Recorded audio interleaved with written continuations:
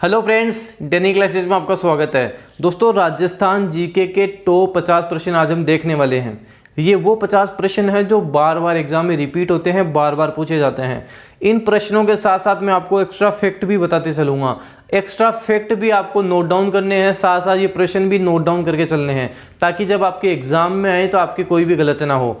चाहे आप Rajasthan high court LDC की तैयारी कर रहे हैं, पटवार, ग्राम सेवक, किसी भी एग्जाम की तैयारी कर रहे हैं, जैसे रीट हो गया, ग्रुप डी हो गया, राजस्थान का कोई भी एग्जाम जहाँ पे राजस्थान जीके आता है वहाँ पे ये प्रश्न पूछे जाते हैं।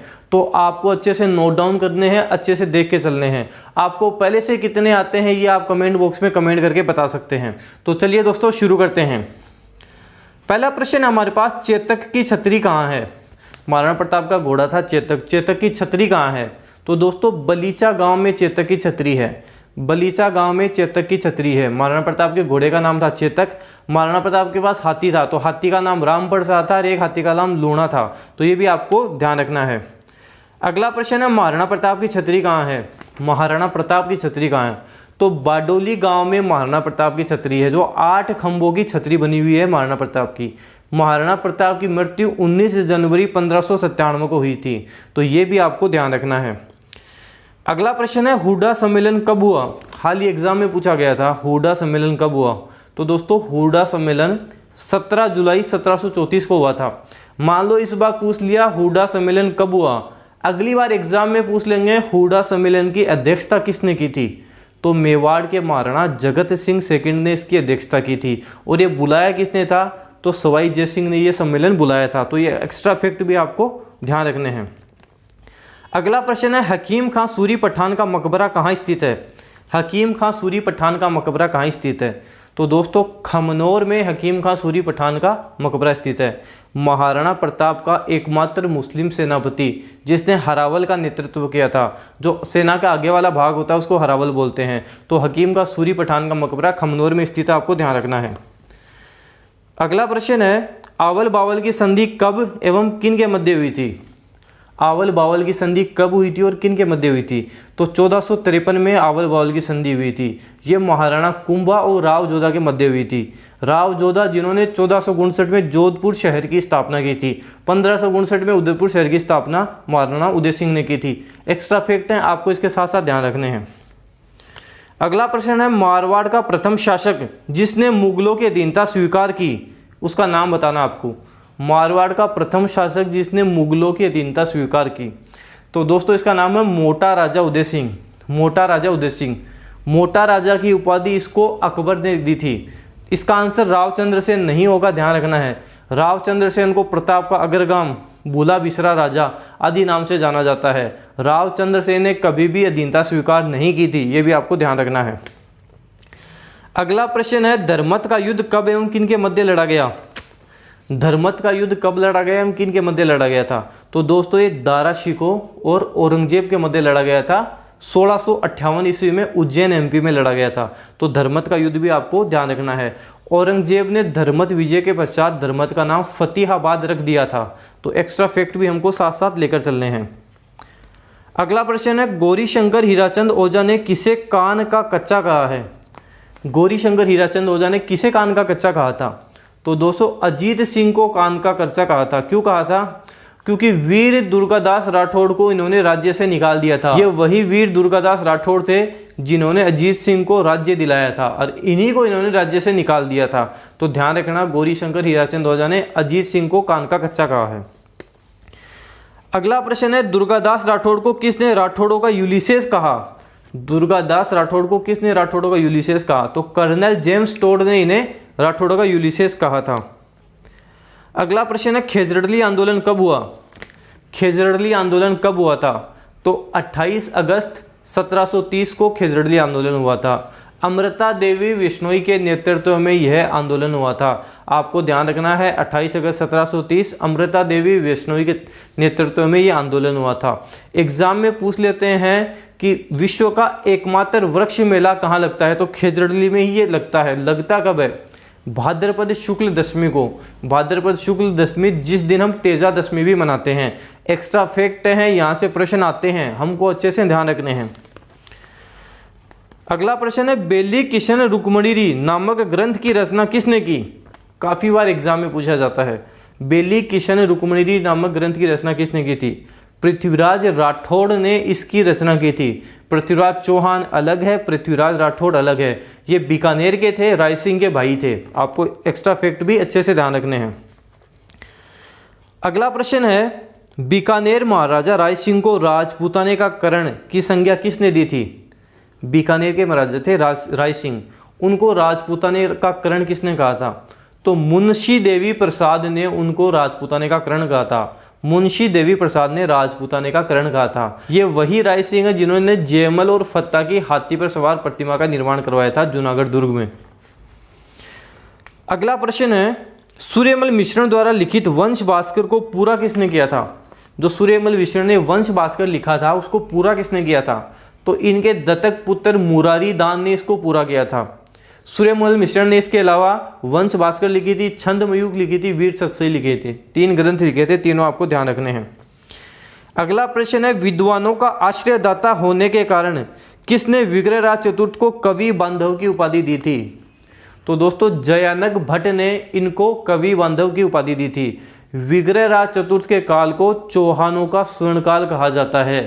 पृथ्वीराज चौहान नहीं करना है, ध्यान रखना है विग्रहराज चतुर्थ होगा। विग्रहराज चतुर्थ के काल को चौहानों का स्वर्णकाल कहा जाता है, आपको अच्छे से ध्यान रखना है। अगला प्रश्न है रणथंबोर में चौहान वंश की स्थापना किसने की थी? रणथंबोर में चौहान वंश की स्थापना किसने की थी? तो दोस्तों पृथ्वीराज चौहान तृतीय के पुत्र थे गोविंदराज।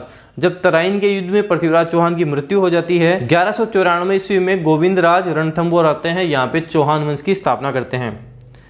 अगला प्रश्न है किसने कहा आज कुफ्र का घर इस्लाम का घर हो गया?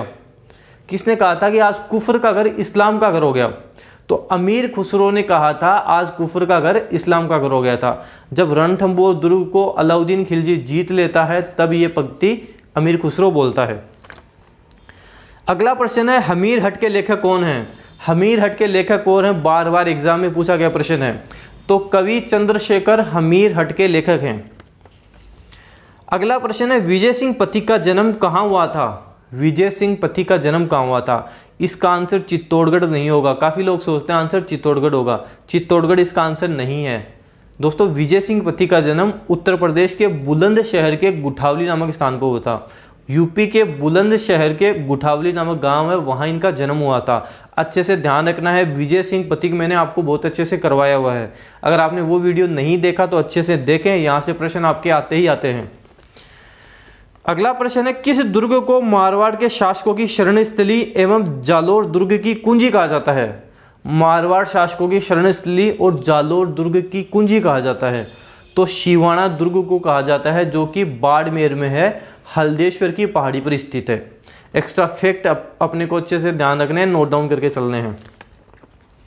अगला प्रश्न है आमेर राजा बहारमल को किसने अमीर उल उमरा की उपाधि दी थी? तो अकबर ने इनको अमीर उल उमरा की उपाधि दी थी।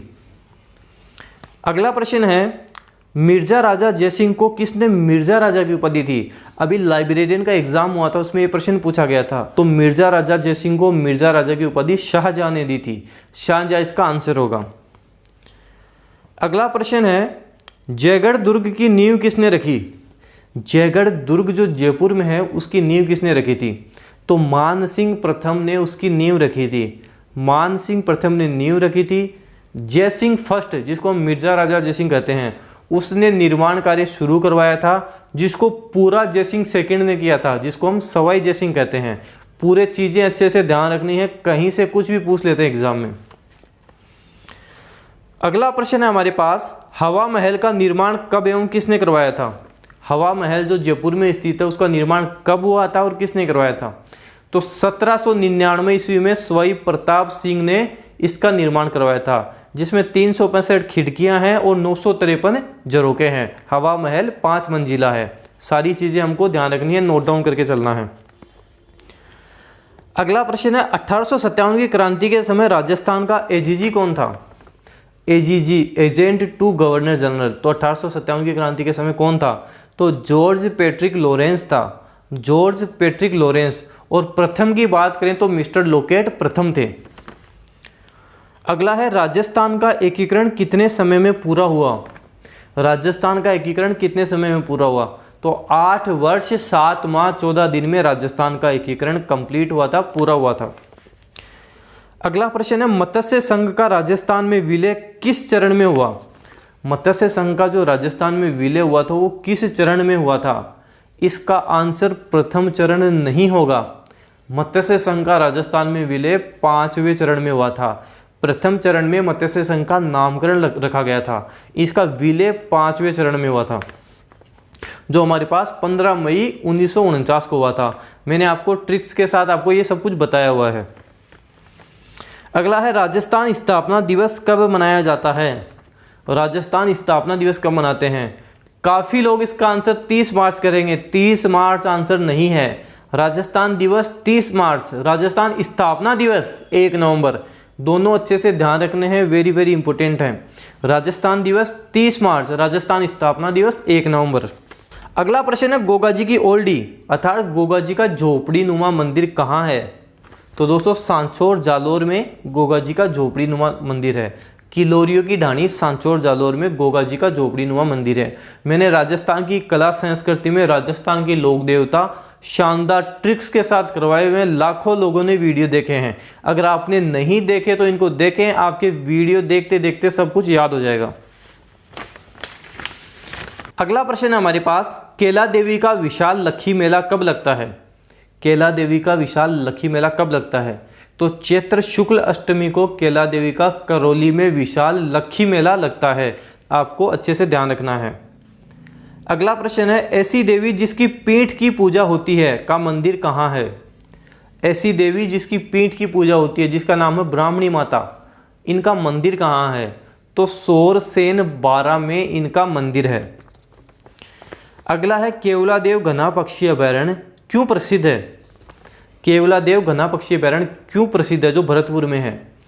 तो दोस्तों ये साइबेरियन सारस के लिए प्रसिद्ध है। साइबेरियन सारस के लिए प्रसिद्ध है। अभी एग्जाम में पूछ लिया गया था कि केवलादेव घना पक्षी अभयारण्य जिसमें साइबेरियन सारस आते हैं, ये किस ऋतु में आते हैं। तो दोस्तों ये शीत ऋतु में आते हैं। ये भी हमको ध्यान रखना है, शीत ऋतु में आते हैं। अगला है राजस्थान का प्रथम किसान आंदोलन कौन सा है। राजस्थान का प्रथम किसान आंदोलन कौन सा है। इसका आंसर बिजोलिया किसान आंदोलन नहीं होगा। राजस्थान का जो प्रथम किसान आंदोलन था, जो मेवाड़ का जाट किसान आंदोलन था, बिजोलिया किसान आंदोलन राजस्थान का प्रथम संगठित किसान आंदोलन है, ना कि राजस्थान का प्रथम किसान आंदोलन। अच्छे से ध्यान रखना है, एग्जाम में गलत नहीं करना है। अगला है लाठी सीरीज क्या है। लाठी सीरीज क्या है। अभी हाल ही में हम राजस्थान की ज्योग्राफी पढ़ रहे हैं, जिसमें मैंने 3 पार्ट आपको करवा दिए, जो हम शानदार ट्रिक्स के साथ सब कुछ वही पढ़ रहे हैं जो एग्जाम में आएगा। तो मैंने लाठी सीरीज भी आपको बताया था। जो जमीन के नीचे जल होता है, भूमिगत जल पट्टी, उसे लाठी सीरीज कहते हैं। अगर आपने ज्योग्राफी के वीडियो नहीं देखे तो देखें, आपके शानदार सब कुछ अच्छे से समझ में आ जाएगा। अगला है राजस्थान के राज्य पक्षी का साइंटिफिक नेम बताओ। राजस्थान के राज्य पक्षी का आपको साइंटिफिक नेम बताना है। गोडावन का आपको साइंटिफिक नेम बताना है, तो अर्डियोटिस नाइग्रीसेप्स इसका साइंटिफिक नेम होगा। राजस्थान का राज्य पक्षी, राज्य वृक्ष, राज्य फूल, इनके आपको नाम याद रखने हैं। एग्जाम में यहाँ से प्रश्न आ ही जाते हैं। अगला है स्वतंत्रता सेनानी विजय सिंह पथिक निम्न में से किस समाचार पत्र के संपादक थे। विजय सिंह पथिक किस समाचार पत्र के संपादक थे। तो दोस्तों राजस्थान केसरी के ये संपादक थे। राजस्थान केसरी के विजय सिंह पथिक संपादक थे।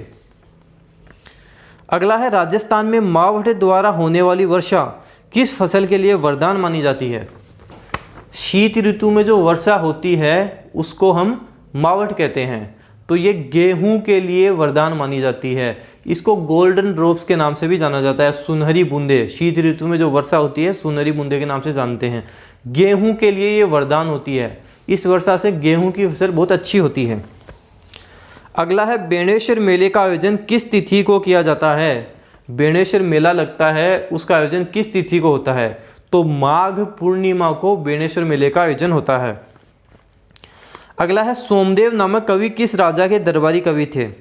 जो सोमदेव कवि थे वो किस राजा के दरबारी कवि थे, तो विग्रहराज चतुर्थ के ये दरबारी कवि थे। विग्रहराज चतुर्थ के सोमदेव दरबारी कवि थे।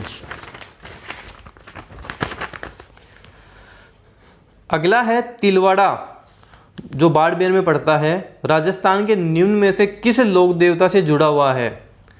तिलवाड़ा बाड़मेर राजस्थान के किस लोक देवता से जुड़ा हुआ है? तो मल्लीनाथ जी से ये जुड़ा हुआ है। मैंने राजस्थान के लोक देवताओं में मल्लीनाथ जी आपको ट्रिक से करवाया था। मल्लीनाथ जी ने पीड़ा जान तिलवाड़ा में रूप दिखाया। तो लोक देवताओं के वीडियो आप देखें, आपको शानदार तरीके से सब कुछ अच्छे से समझ में आ जाएगा। अगला प्रश्न है, नाथद्वारा में श्रीनाथ जी की मूर्ति को किसने प्रतिष्ठित करवाया था? तो नाथद्वारा में श्रीनाथ जी की मूर्ति महाराजा राज सिंह ने लगवाई थी। श्रीनाथ जी का मंदिर कहाँ है? नाथद्वारा राजसमंद में है। द्वारिकाधीश का मंदिर कहाँ है? कांकरोली राजसमंद में है। दोनों मंदिर आपको ध्यान रखने हैं। अगला है, राजस्थान का जलियांवाला बाग के नाम से प्रसिद्ध स्थान मानगढ़ धाम किस जिले में है? तो दोस्तों ये मानगढ़ धाम बांसवाड़ा में पड़ता है। इससे हम राजस्थान का जलियांवाला बाग हत्याकांड कहते हैं। भारत का दूसरा जलियांवाला बाग हत्याकांड के नाम से भी ये जाना जाता है। अगला है, सवाई जयसिंह द्वारा निर्मित वेधशालाएं जंतर मंतर किस शहर में नहीं हैं? सवाई जयसिंह ने जो जंतर मंतर बनाए थे, टोटल 5 बनाए थे, किस शहर में नहीं हैं? तो दोस्तों ये भोपाल में नहीं है, बाकी सब शहरों में है। आपको ट्रिक बताता हूँ, उससे सब याद हो जाएंगे। आपको बस ध्यान रखना है डीजे बम। डीजे बम, डी से दिल्ली जो सबसे पुरानी है, जे से जयपुर जो सबसे बड़ी है, डीजे BUM, बी से बनारस, यू से उज्जैन और एम से मथुरा। 5 आपके ट्रिक से याद हो जाएंगी। अगला प्रश्न हमारे पास, टोंक मुस्लिम रियासत का संस्थापक कौन था? जो टोंक मुस्लिम रियासत है उसका संस्थापक कौन था? तो इसका संस्थापक अमीर खां पिंडारी था। अमीर खां पिंडारी इसका संस्थापक था। अगला है, राजपूताना नाम का प्रयोग सर्वप्रथम किसने किया था? तो दोस्तों 1800 ईस्वी में जॉर्ज थॉमस ने इस नाम का प्रयोग किया था।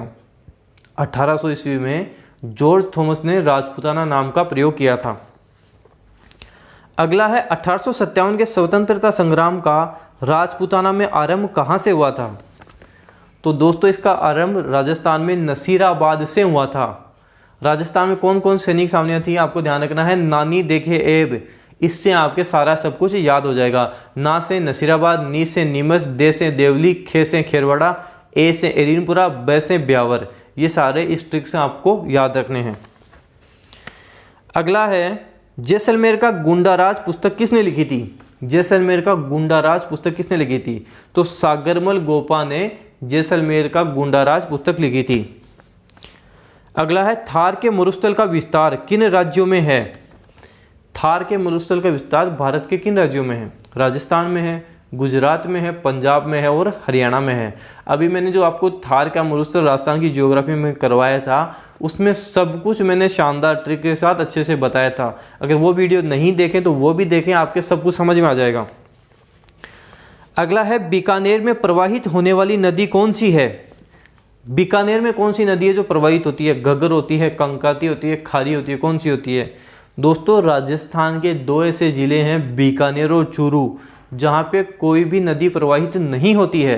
तो आपको अच्छे से ध्यान रखना है। अंतिम प्रश्न है हमारे पास, राजस्थान की किस प्रसिद्ध झील पर नटनी का चबूतरा है?